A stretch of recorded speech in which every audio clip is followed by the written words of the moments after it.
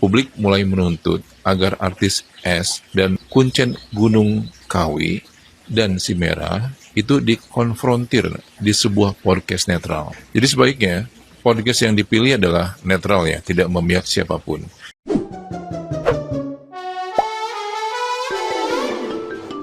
Konten kontroversial pesulap merah mengenai dugaan pesugihan Gunung Kawi yang menyeret nama Sarwendah kini memicu kemarahan mendalam dari pihak pengelola setempat.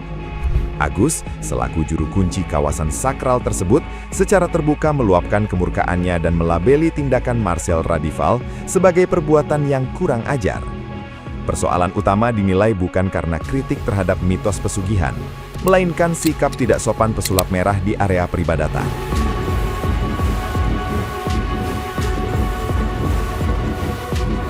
Kuncen tersebut menyayangkan aksi pesulap merah yang nekat menyusup masuk ke area-area khusus tanpa mengantongi izin resmi terlebih dahulu. Tindakan sembrono itu dianggap telah menodai kesucian Gunung Kawi yang sebenarnya berfungsi sebagai tempat ibadah resmi bagi 5 agama di Indonesia. Masyarakat pun diingatkan untuk menjaga etika berkomunikasi dan tidak sembarangan menyebarkan narasi liar demi keuntungan materi semata.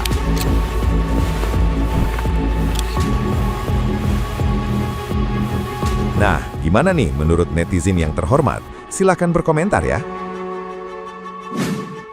Gue salah satu pasien Gunung Kawi, cenah. Perkara gue bilang gue nggak suka sama kelakuan si pesulap merah yang buka-buka buku tamu. Kan sinting. Lu kira semua orang yang datang ke situ tuh buat pesugihan, gitu? Bukannya dia sendiri yang bilang kalau pesugihan tuh nggak ada. Kalau emang semua itu tuh nggak ada, ya udah. Ngapain lo nyangka semua orang yang datang ke situ tuh mau pesugihan, mau penglarisan, mau kekayaan? Saran dari gue ya, sebelum bicara halal haram, musyrik bukan, mendingan lo introspeksi diri dulu deh.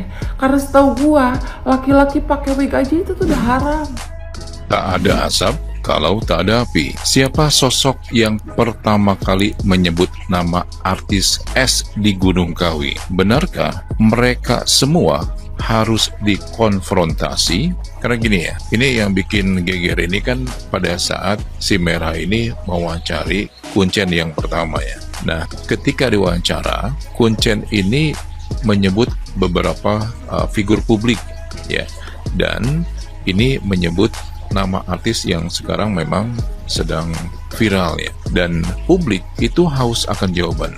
Terlebih pada saat yang sama, artis S ini memang kontroversial, terutama dengan pacarnya. Dan ini menjadi konflik ya, di antara dia dan juga mantan suaminya. Nah, kalau menurut The Law of Attraction, getaran kemarahan dan kebingungan publik itu menarik lebih banyak konten serupa. Kuncen Gunung Kawi, sadar atau tidak, itu telah menjadi saluran energi kolektif yang selama ini terpendam. Ini yang menjadi viral karena menyebut nama S. Dan nama S ini disebut dalam wawancara antara Si Merah dengan Kuncen Gunung Kawi yang pertama. Nah, terlebih mereka ini belum memberikan klarifikasi secara terbuka, secara bersamaan. Karena dalam situasi krisis, diam sering dianggap sebagai pengakuan. Semakin lama seseorang diam, semakin besar spekulasi yang muncul. Karena gini ya, dalam The Law of Attraction, energi publik, kecurigaan, keraguan, dan tuntutan akan kebenaran itu memaksa pihak yang terlibat untuk bicara.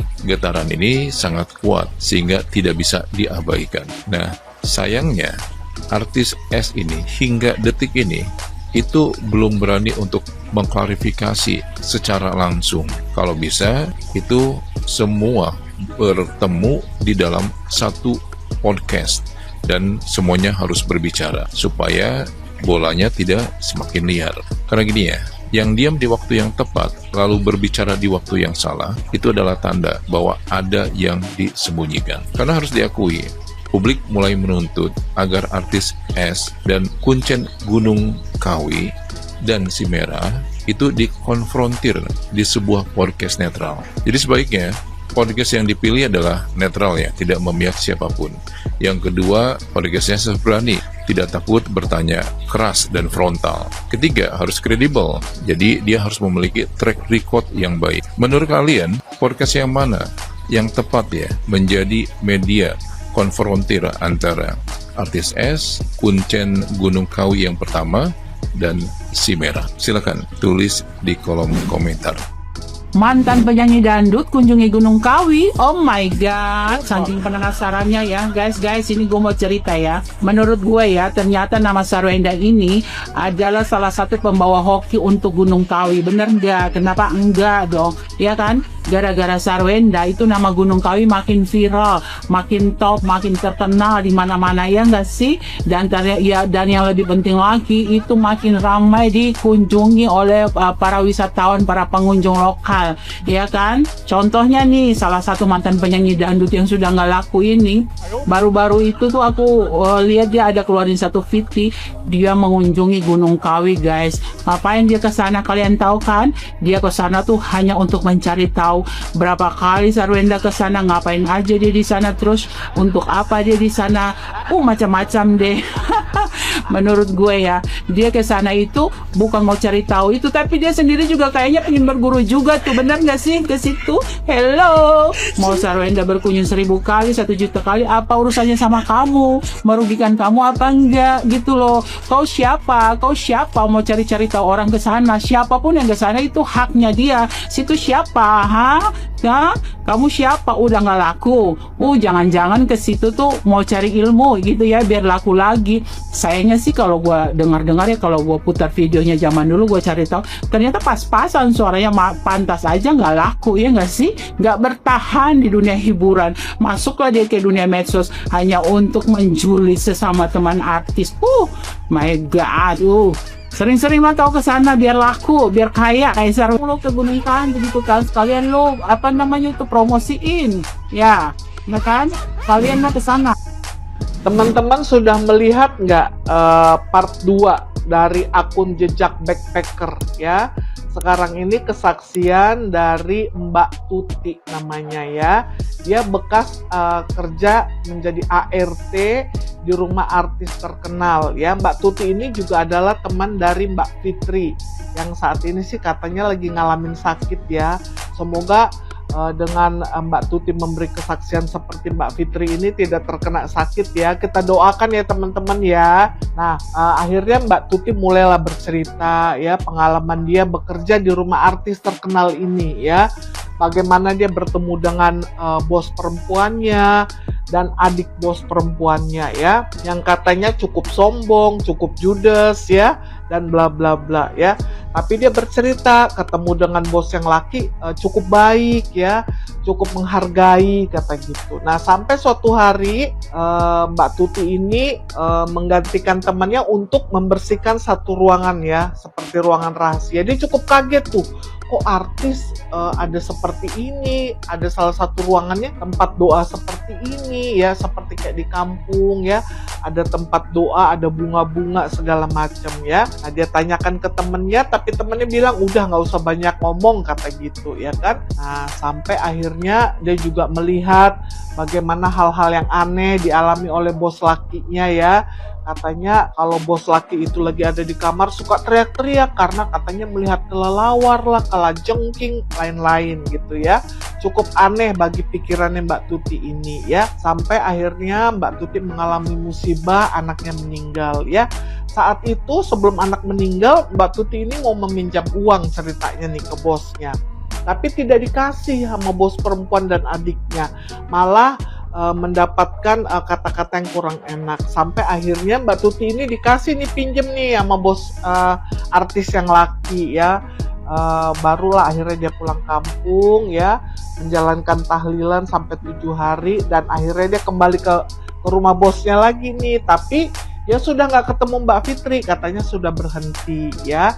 Sampai akhirnya di satu titik Mbak Tuti pun memutuskan untuk berhenti ya, karena daripada dia bolak-balik, karena kan harus masih menjalankan beberapa tahlilan ya. Nah, jadi teman-teman di sini adalah satu pelajaran buat kita ya, supaya kita jangan semena-mena terhadap ART kita atau asisten kita atau siapapun ya teman-teman ya. Kita harus menghargai mereka. Tanpa mereka juga kan berat juga cukup buat kita nih ya.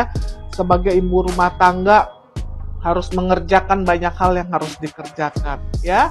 Oke ya teman-teman ya, sekian dulu cerita dari saya. Bye bye. Kalian udah nonton belum yang di sini saya bongkar semuanya? Udah nonton belum? Ternyata di situ ada 13 orang yang sudah lenyap loh guys. Aduh serem banget ya. Nah ini tidak di go public, maksudnya tidak di show up ke publik, sudah lama didiamin gitu. Karena memang ini sangat riskan lah gitu ya. Nah cewek ini yang sudah ngebongkar ini di YouTube, dia juga salah satu korban. Tapi pada waktu malam itu dia langsung telepon keluarganya dan dia langsung besoknya itu keluar dari rumah itu, dan akhirnya dia sampailah di kampungnya dan langsung konsultasi dengan ibunya. Terus ibunya bawa dia ke ustadz. Nah ustadz itu hanya kasih tahu ke wanita ini, Mbak jangan balik lagi ke rumah itu, karena kamu kan udah lihat foto kamu ternyata ada di taruh di dalam kamar itu, dan ternyata foto kamu sudah dirobek katanya gitu. Kamu harus pokoknya nggak boleh masuk lagi ke rumah itu, dan kalau kamu mau kerja di Jakarta silakan, tapi jangan pernah lagi kembali ke situ. Akhirnya dia dibersihin sama si ustadz. Kalau dia tidak datang hari itu juga ke ustadz itu guys, ya pasti dia besoknya sakit, terus pasti pulang kampung. Begitu pulang kampung dia metong. Nah itu. Nah ini ternyata sudah bertahun-tahun guys selama. Jadi ceritanya dari wanita ini, ternyata dari awal si laki-laki A dan laki-laki B ini sudah ditargetkan gitu loh. Nah aku nggak bisa kasih tahu ini siapa, tapi kalian pasti tahu ya gitu ya. Ini ceritanya mengerikan. Kalian lebih bagus nonton aja langsung di YouTube, oke? Itu aja yang bisa aku kasih tahu. Tapi waspadalah.